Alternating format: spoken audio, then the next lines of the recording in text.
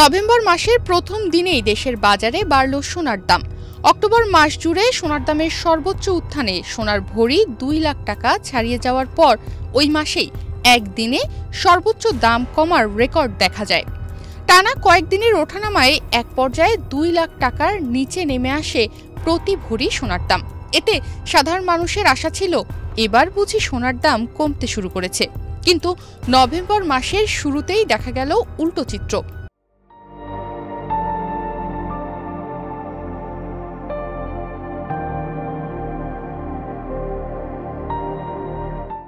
মাসের প্রথম দিনেই মূল্যবান এই ধাতুর দাম ১৬৮০ টাকা বাড়িয়েছে বাংলাদেশ জুয়েলার্স অ্যাসোসিয়েশন বাজুস।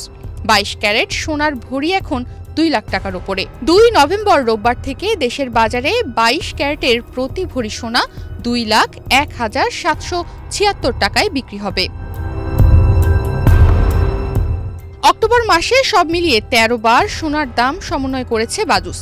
সব রেকর্ড ভেঙে সেই মাসে সোনার দাম 4 দফায় কমেছিল 23,569 টাকা, কিন্তু মাসের শেষ প্রান্তেই আবার সোনার দাম 8,900 টাকা বৃদ্ধির ঠিক 2 দিনের মধ্যেই আবারও বাড়ল সোনার দাম।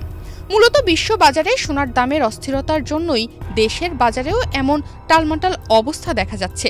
আন্তর্জাতিক বাজারে সোনার দাম আবারও উচ্চ স্তরে পৌঁছেছে।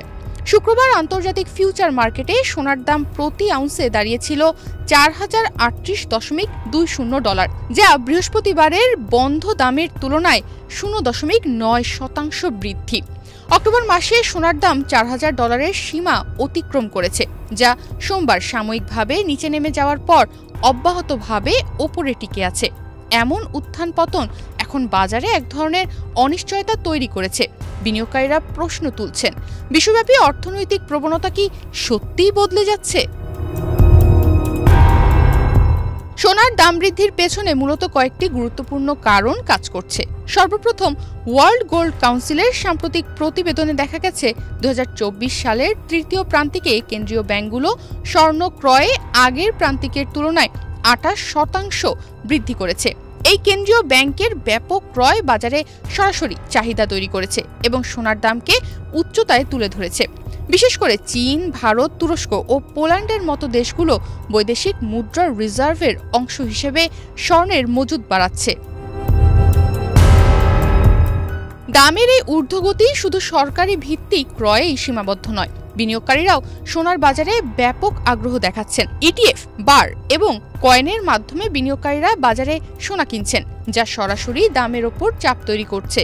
অক্টোবর মাসে দাম একসময় 4300 ডলারের ওপরে পৌঁছেছিল, যদিও পরবর্তীতে কিছুটা সংশোধন দেখা গেছে। বিনিয়োগকারীদের এই আগ্রহের পেছনে রয়েছে বৈশ্বিক অনিশ্চয়তা, মার্কিন চীন বাণিজ্য স্থিতিশীলতার অস্থিরতা এবং ঝুঁকিপূর্ণ সম্পদ থেকে সরে আসার প্রবণতা। এছাড়া ফেডারেল রিজার্ভের চেয়ারম্যান জেরোম পাওয়েলের সম্প্রতি দেওয়া মন্তব্য সোনার বাজারকে প্রভাবিত করেছে। তিনি সুদের হার কমানোর বিষয়ে অনিশ্চয়তা প্রকাশ করায় বিনিয়োগকারীরা ঝুঁকিপূর্ণ সম্পদ থেকে সোনা কিনতে উদ্বুদ্ধ হয়েছেন। ডলারের মান দুর্বল হওয়া এবং সম্ভাব্য মুদ্রাস্ফীতির আশঙ্কা সোনার চাহিদাকে আরও বাড়িয়েছে। বিনিয়োগকারীদের দৃষ্টিকোণ থেকে সোনা এখন এক ধরনের নিরাপদ আশ্রয় হিসেবে বিবেচিত হচ্ছে, যা অর্থনৈতিক অস্থিরতা ও রাজনৈতিক অনিশ্চয়তার সময় পোর্টফোলিওর স্থিতিশীলতা রক্ষা করে।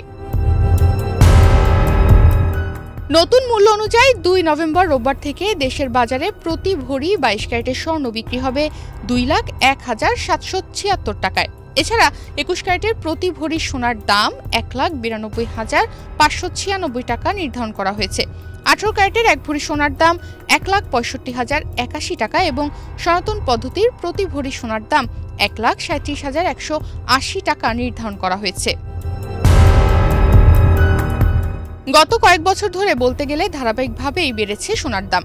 চলতি বছরের শুরুতে বাংলাদেশের বাজারে প্রতি ভরি সোনার দাম ছিল 1,38,288 টাকা। 2025 সালের 1 জানুয়ারি থেকে এই পর্যন্ত বাংলাদেশের সোনার দাম মোট 73 বার সমন্বয় করা হয়েছে। এর মধ্যে দাম বাড়ানো হয়েছে 50 বার এবং কমানো হয়েছে 23 বার।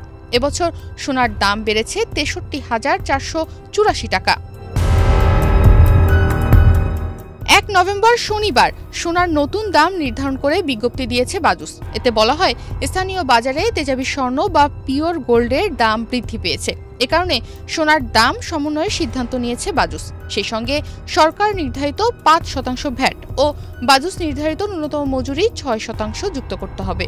তবে গহনার ডিজাইন ও মানভেদে মজুরিতে তারতম্য হতে পারে। বিশ্লেষকরা এই ঊর্ধ্বগতিকে ঘিরে ভিন্ন মত পোষণ করছেন। কেউ কেউ মনে করছেন সোনার দাম আরও বৃদ্ধি পেতে পারে, আবার কেউ সাময়িক মুনাফা তোলার কারণে কিছুটা সংশোধনের সম্ভাবনার কথা বলছেন।